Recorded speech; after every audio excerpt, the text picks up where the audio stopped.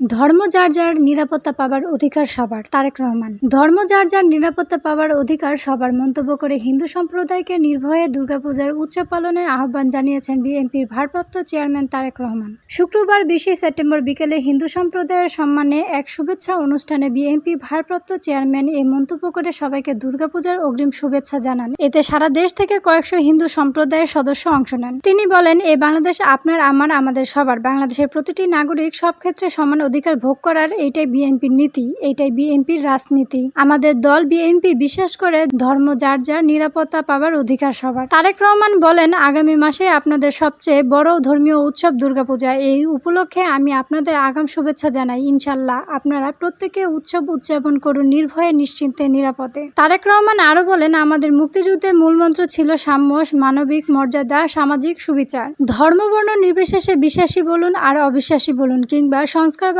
প্রত্যেকটি নাগরিক রাষ্ট্র বা সমাজের যার যার ধর্মীয়, রাজনৈতিক, সাংস্কৃতিক, সামাজিক অধিকারগুলো স্বচ্ছন্দে বিনা বাধায় উপভোগ করবে। এমন একটি স্বাধীন রাষ্ট্র ও সমাজ নির্মাণের জন্যই মুক্তিযোদ্ধারা লাখো প্রাণের বিনিময়ে বাংলাদেশে স্বাধীন করেছিলেন। তিনি বলেন, কে মুসলমান, কে হিন্দু, কে বৌদ্ধ, কে খ্রিস্টান। মুক্তিযুদ্ধের সময়ে আমাদের এমন কোনো জিজ্ঞাসা কিন্তু ছিল না। আমাদের স্বাধীন বাংলাদেশের সংখ্যালঘু কিংবা সংখ্যাগুরুই এসব নিয়ে চিন্তার কোনো কারণ নেই। ধর্ম বর্ণ নির্বিশেষে বাঙালি অবাঙালি, বিশ্বাসী অবিশ্বাসী কিংবা সংস্কারবাদী প্রতিটি নাগরিকেই একমাত্র পরিচয় আমরা বাংলাদেশি। তারেক রহমান বলেন, গত 15 বছরে ফ্যাসিবাদী শাসনের সবচেয়ে বড় উদাহরণ। গত 15 বছরে যা হয়েছে আপনারা দেখেছেন। সারা দেশে আইনের শাসন ছিল না বলেই কিন্তু প্রধান বিচারপতি হয়েও এস.কে. সিনহাকে অবিচারের শিকার হতে হয়েছিল। পলাতক স্বৈরাচারের আমলে আদালত আর আয়নাঘর একাকার হয়ে গিয়েছিল। সুতরাং সংখ্যালঘু কিংবা সংখ্যাগুরু, দলমত, ধর্মবর্ণ নির্বিশেষে প্রত্যেকটি নাগরিকের অধিকার এবং নিরাপত্তা নিশ্চিত করতে হলে রাষ্ট্র ও সমাজের আইনের শাসন প্রতিষ্ঠার কোনো বিকল্প নেই।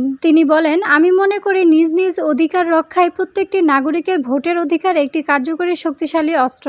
যতদিন পর্যন্ত মুসলমান, হিন্দু, বৌদ্ধ, খ্রিস্টান অর্থাৎ দলমত, ধর্মবর্ণ নির্বিশেষে দেশের প্রত্যেকটি নাগরিক নির্ভয়ে, নিশ্চিন্তে নিজের ভোট দিয়ে নিজের পছন্দের প্রার্থীকে জনপ্রতিনিধি নির্বাচিত করে জনগণের কাছে জবাবদিহিতামূলক একটি সরকার প্রতিষ্ঠা করতে না পারবে, ততদিন পর্যন্ত কোনো নাগরিক নিরাপত্তা ও অধিকার সুরক্ষিত নয়। তিনি আরো বলেন, বাংলাদেশের মানুষ আমরা যুদ্ধ করে স্বাধীন পেয়েছি। পাশাপাশি হিন্দু, মুসলমান, বৌদ্ধ, খ্রিস্টান দাঁড়িয়ে এখন আমরা দ্বিতীয় স্বাধীনতার কথা বলছি। এটা আমাদের রক্ষা করতে হবে। এখানে যারা চক্রান্ত করছে আমরা সবাই ঐক্যবদ্ধভাবে এদের পরাজিত করতে হবে। সভাপতি বক্তব্য বিএনপি মহাসচিব মির্জা ফখরুল ইসলাম আলমগীর বলেন, বিএনপি রাজনীতি হচ্ছে সবাইকে নিয়ে রাজনীতি করা। একটা ভয়াবহ দানবকে একটা অবিশ্বাস্য বিপ্লবের মধ্যে দিয়ে, ছাত্র জনতার আন্দোলনের মধ্যে দিয়ে দীর্ঘ 15 বছরের লড়াই করে বিজয় অর্জন করেছি। তারপর এই বিপ্লবকে নস্যাৎ করার জন্য পরিকল্পিতভাবে ষড়যন্ত্র হয়েছে, চক্রান্ত হয়েছে। এটা অস্বীকার করার কোনো উপায় নেই। আপনাদেরও এর ভেতরে ফেলে দেওয়ার চেষ্টা করা হয়েছে।